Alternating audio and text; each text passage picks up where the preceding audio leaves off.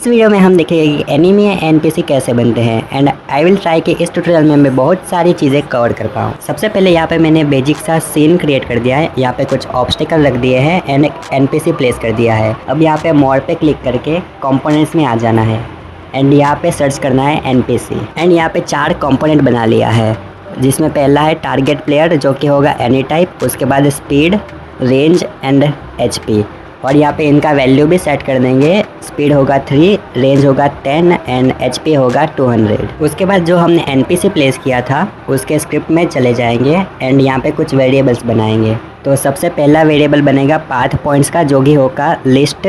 उसके बाद एक एनिमेशन होगा जो एनी टाइप में होगा। उसके बाद जो एनपीसी होगा उसके स्टेट के लिए 3 बुलियन वेरिएबल बनाएंगे, अटैकिंग, चेजिंग एंड पेट्रोलिंग, और एक लिस्ट वेरिएबल बना देंगे जो होगा पेट्रोल पॉइंट्स, और एक वेक्टर 3 वेरिएबल बनाएंगे जिसका नाम रखेंगे पॉइंट, एंड एक लास्ट इंटीजर वेरिएबल बनाएंगे जिसका नाम होगा इंडेक्स। उसके बाद आपको फंक्शन में आ जाना है एंड यहाँ पे क्रिएट फंक्शन पे क्लिक करना है। यहाँ पे फंक्शन बनाना है फाइंड प्लेयर। तो ये फंक्शन का काम कुछ ऐसा रहेगा, एनपीसी का रेंज होगा, उस रेंज में अगर कोई प्लेयर है तो वो फाइंड करके देगा। तो यहाँ पे एक टेम्पररी वेरिएबल ले लेंगे, उसको फ्लोट कर देंगे एंड यहाँ पे इसका नेम रखेंगे शॉर्टेस्ट डिस्टेंस एंड इसके अंदर एक गेट प्रॉपर्टी ब्लॉक डालेंगे और डिस एंटिटी एंड यहाँ पे एनपीसी सिलेक्ट करेंगे एंड यहाँ पे उसका रेंज सिलेक्ट करेंगे। उसके बाद एक दूसरा टेम्पररी वेरिएबल लेंगे जो होगा टारगेट प्लेयर और उसको नल सेट कर देंगे। उसके बाद हम लूप एवरी एलिमेंट लेंगे और उसमें गेट ऑल प्लेयर्स डाल देंगे। उसके बाद हम प्लेयर में एक कंपोनेंट भी बना लेंगे जो होगा सेफ और उसका टाइप होगा बुलियन। ये हम लोग इसलिए बना रहे ताकि अगर किसी प्लेयर को हमें सेव करना हो तो हम यहाँ पे कर सकते हैं। तो यहाँ पे एक कंडीशन लगा देंगे, अगर वो प्लेयर सेफ नहीं है तो यहाँ पे एनपीसी से उस प्लेयर का डिस्टेंस कैलकुलेट करेंगे। तो यहाँ पे एक टेम्पररी वेरिएबल ले लेना है एंड यहाँ पे डिस्टेंस लगाना है एंड दोनों में गेट प्रॉपर्टी डाल के प्लेयर एंड एनपीसी का पोजीशन डाल देना है, तो जिससे हमें डिस्टेंस मिलेगा।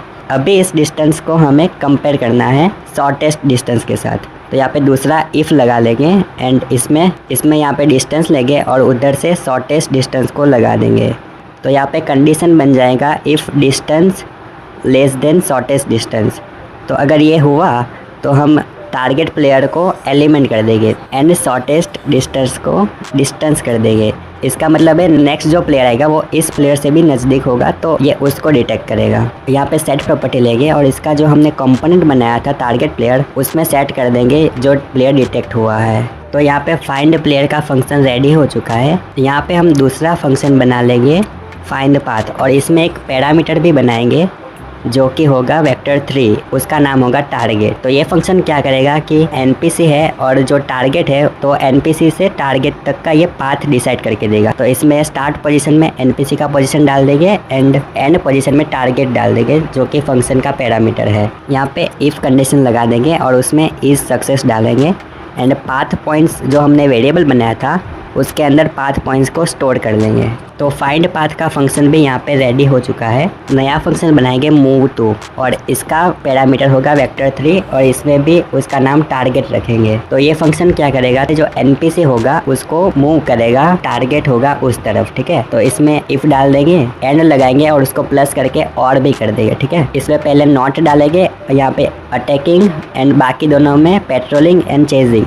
तो इसका मतलब ये हुआ कि एनपीसी अटैक नहीं कर रहा है एंड पेट्रोल कर रहा है या फिर चेज कर रहा है तभी ये मूव करेगा, ठीक है। अगर अटैक करेगा तो एनपीसी को मूव करना नहीं है। सो यहाँ पे एक टेम्पररी वेरिएबल ले लेंगे, उसका नाम रखेंगे डायरेक्शन और ये होगा वेक्टर 3। तो इसमें हम नॉर्मलाइज डालेंगे, इसके अंदर वेक्टर सब्ट्रैक्शन डालेंगे। वेक्टर सब्ट्रैक्शन के वैल्यू ए में डालेंगे, टारगेट एंड वैल्यू बी में डालेंगे एनपीसी का पोजीशन। तो ये एनपीसी से टारगेट तक का डायरेक्शन देगा, ठीक है। अब एक दूसरा टेम्पररी वेरिएबल लेंगे, उसका नाम रखेंगे न्यू पोजीशन और शॉर्ट में मैं न्यू पोज रख देता हूँ और उसमें डालेंगे वेक्टर एडिशन और इसमें एनपीसी का करंट पोजीशन डालेंगे, वैल्यू बी में डालेंगे वेक्टर मल्टीप्लिकेशन और मल्टीप्लिकेशन में डायरेक्शन डालेंगे और स्केल में मैथमेटिकल ऑपरेशन ले लेंगे और उसके अंदर हम डालेंगे 0.033 एंड स्पीड। जो एनपीसी का कंपोनेंट बनाया था उसको स्पीड में डाल देंगे। तो यहाँ पे मूव टू फंक्शन का स्क्रिप्ट भी रेडी हो चुका है। तो बेसिकली ये क्या करेगा कि जो टारगेट होगा तो एनपीसी से टारगेट तक का ये डिरेक्शन निकालेगा और डिरेक्शन से कैलकुलेट करेगा कि इसको कितना आगे जाना है, जो कि हम स्पीड से कैलकुलेट करेंगे। उसके बाद सेट प्रॉपर्टी लेकर एनपीसी का पोजीशन सेट कर देंगे न्यू पोजीशन पे। एंड यहाँ पे हमने 0.033 वैल्यू डाला है, वो होता है डेल्टा टाइम। एक फ्रेम से दूसरे फ्रेम में कितना टाइम लगा है वो बताता है। उसके बाद एक दूसरा फंक्शन बना लेंगे लुक एट, और इसमें भी टारगेट बनाएंगे वेक्टर 3 में। एंड इधर भी हमें डायरेक्शन चाहिए होगा तो ऊपर से मैं कॉपी कर लेता हूँ और यहाँ पे दूसरा जो वेरिएबल था उसका नाम रख देता हूँ फॉरवर्ड, और इसमें डायरेक्शन को ही ले लेता हूँ। उसके बाद एक टेम्पररी वेरिएबल बनाएंगे a10 नाम से,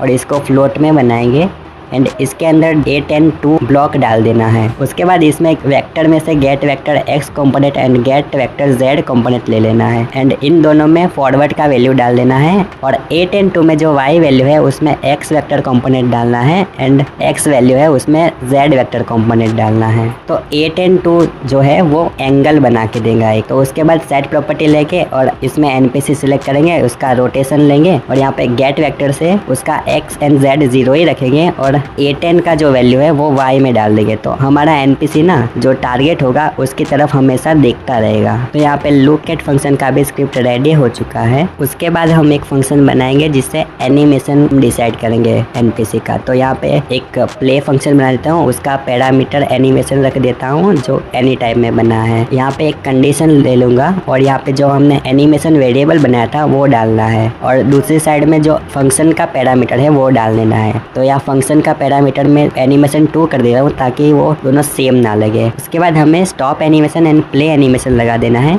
और स्टॉप एनिमेशन में जो हमारा एनिमेशन वेरिएबल था उसको लगाना है एंड प्ले एनिमेशन में जो एनिमेशन 2 है जो फंक्शन का पैरामीटर है उसको लगाना है एंड एनिमेशन को हम एनिमेशन 2 कर देंगे।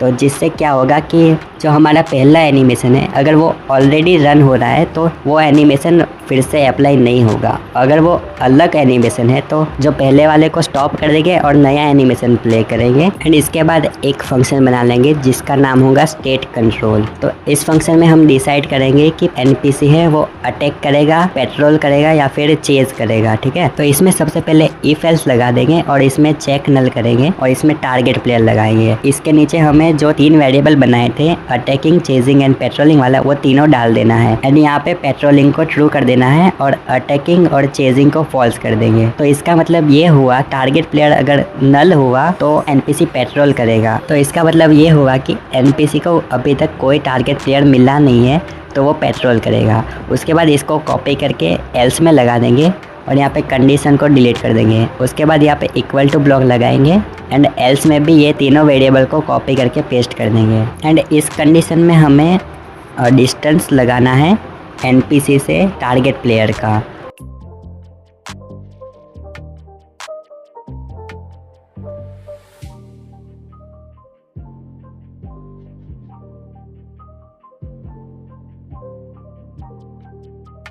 उसको हमें कंपेयर करना है 0.07 के साथ। तो इस कंडीशन का मतलब ये हुआ कि अगर हमारे एनपीसी से प्लेयर का डिस्टेंस 0.7 से कम है या 0.7 है तो ये एनपीसी उस प्लेयर को अटैक करेगा।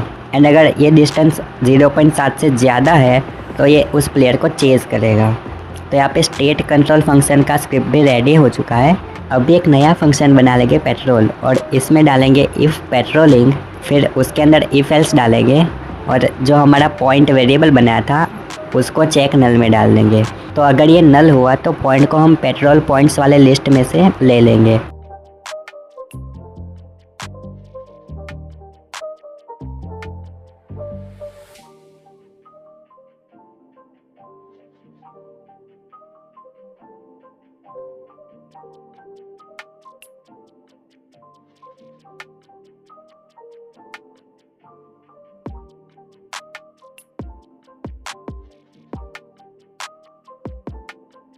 अगर ये नल नहीं हुआ तो हम चेक करेंगे कि एनपीसी का डिस्टेंस है पे वो डिस्टेंस 1 से ज़्यादा होगा तो हम इंडेक्स को +1 कर देंगे और यहाँ पे हम मॉड्यूलो लगा देंगे ताकि जो इंडेक्स है वो हमेशा लिस्ट के अंदर रहे, लिस्ट के लेंथ से बाहर न जाए।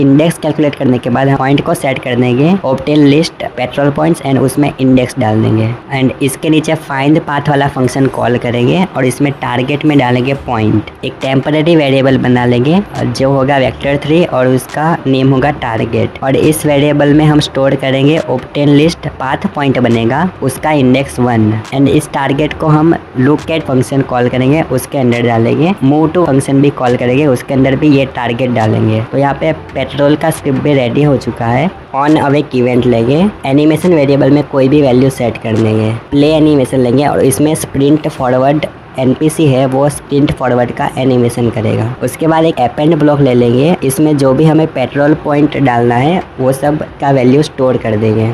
तो यहाँ पे मैं 3 पेट्रोल पॉइंट ले लेता हूँ, तो कुछ ऑब्जेक्ट लगा देता हूँ इधर, इसका पोजीशन हम पेट्रोल पॉइंट में स्टोर कर लेंगे।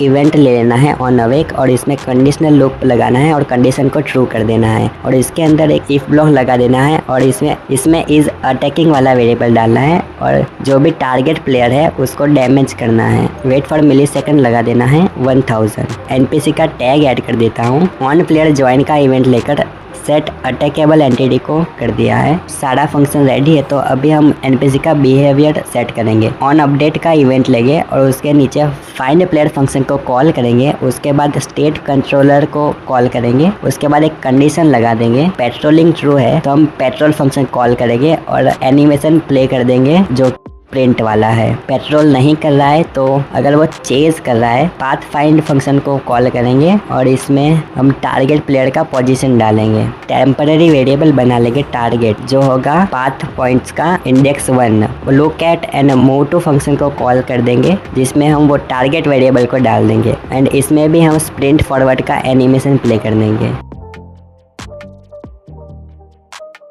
एंड एक तीसरा कंडीशन लगा देंगे, अगर अटैक कर रहा है तो हम अटैक का एनिमेशन प्ले करेंगे। जब अटैक करेगा तो NPC को मूव करने का कोई ज़रूरत नहीं है, तो लुक एट फंक्शन को कॉल कर देंगे।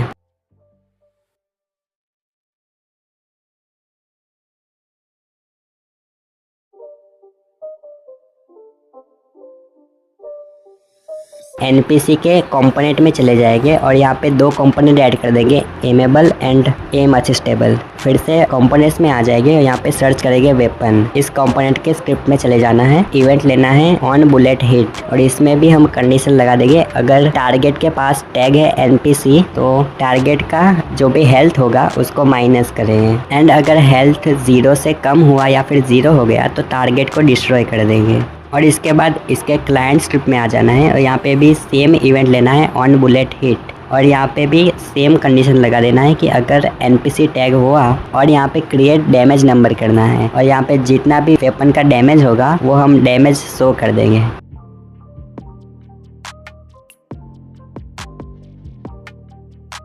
तो अभी यहाँ पे देख सकते हो कि हमारा NPC इधर उधर जाकर प्लेयर को फाइंड करेगा और प्लेयर को चेज करेगा और जब प्लेयर उसके बहुत पास होगा तो ये प्लेयर को अटैक भी करेगा एंड प्लेयर भी इसको अटैक करके किल कर सकता है। एंड ये स्क्रिप्ट आप किसी भी ऑब्जेक्ट में लगा सकते हो ताकि आपको कुछ कस्टम एनिमी बनाना है वो भी आप बना सकते हो। फॉर एग्जांपल मैंने एक कैट के ऑब्जेक्ट में ये स्क्रिप्ट लगा दी है और ये कैट भी हमारा एनिमी बन चुका है। एंड अगर आपको याद होगा तो हमने एक प्लेयर का कंपोनेंट बनाया था सेफ, तो उसका यूज़ करके हम एक सेफ जोन बना सकते हैं जिसके अंदर प्लेयर रहेगा तो एनिमी उसको डिटेक्ट नहीं कर पाएगा। तो उसको बनाने के लिए हमें एक ट्रिगर ले लेना है और उस पर मैं एक VFX लगा देता हूँ ताकि वो विजिबल रहे। एंड ट्रिगर के स्क्रिप्ट में ऑन प्लेयर एंटर पे इसको ट्रू करेंगे और ऑन प्लेयर लीव पे उसको फॉल्स कर देंगे। तो यहाँ पे सेफ जोन हमारा रेडी हो चुका है। तो अब अगर प्लेयर सेफ जोन में होगा तो ये NPC उसको डिटेक्ट नहीं कर पाएगा एंड प्लेयर जैसे ही सेफ जोन के बाहर निकलेगा